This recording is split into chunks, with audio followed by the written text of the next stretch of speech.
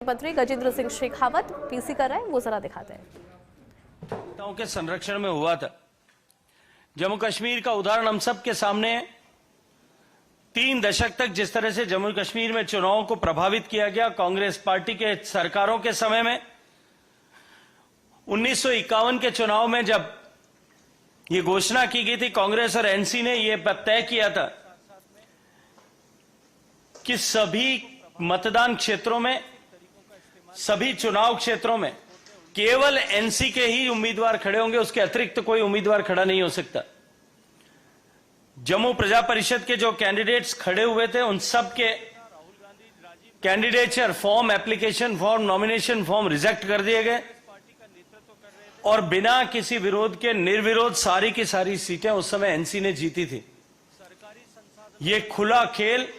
संविधान की हत्या और लोकतंत्र की हत्या का नंगा नाच उस समय में तत्कालीन प्रधानमंत्री नेहरू जी के नेतृत्व में हुआ था। ठीक इसी तरह से 1957 के चुनाव में, 1962 के चुनाव में, 1967 के चुनाव में जिस तरह से नॉमिनेशंस को रिजेक्ट करने का खुला खेल हुआ, वो आज इतिहास के पन्नों में सुस्पष्ट रूप से दर्ज है।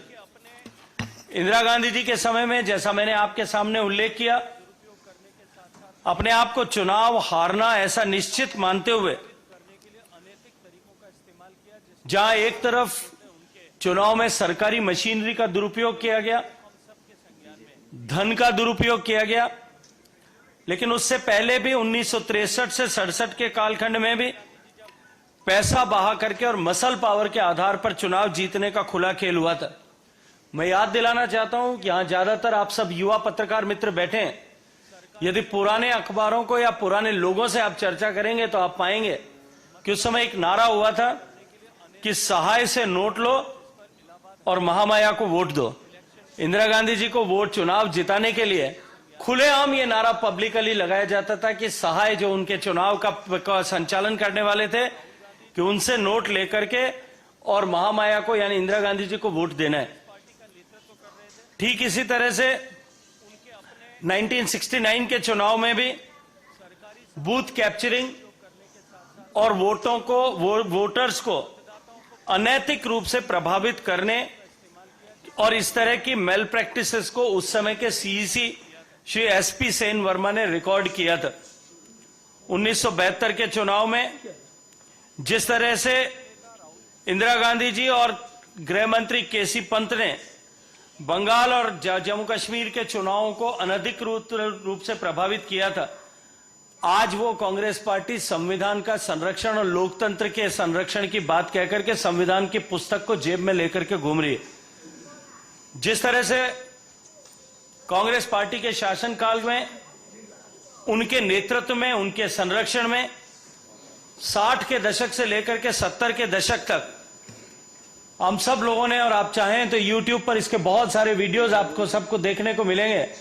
उस कालखंड की मूवीज में भी आपको देखने को मिलेगा कि किस तरह से बूथ कैप्चरिंग की एक इकोनॉमिक वर्टिकल उस समय देश के बहुत सारे प्रांतों में खड़ा हो गया था। इंदिरा गांधी जी का जब चुनाव, इलाहाबाद हाईकोर्ट ने यह तय करते हुए, प्रमाणित मानते हुए कि यह चुनाव अनैतिक साधनों के तहत जीता गया है, जब चुनाव खारिज कर दिया गया था, तब देश ने लोकतंत्र की हत्या का वो काला अध्याय देखा और देश में इमरजेंसी थोप करके देश के नागरिकों को लोकतंत्र और संविधान के द्वारा प्रदत्त मौलिक अधिकारों से वंचित कर दिया गया था।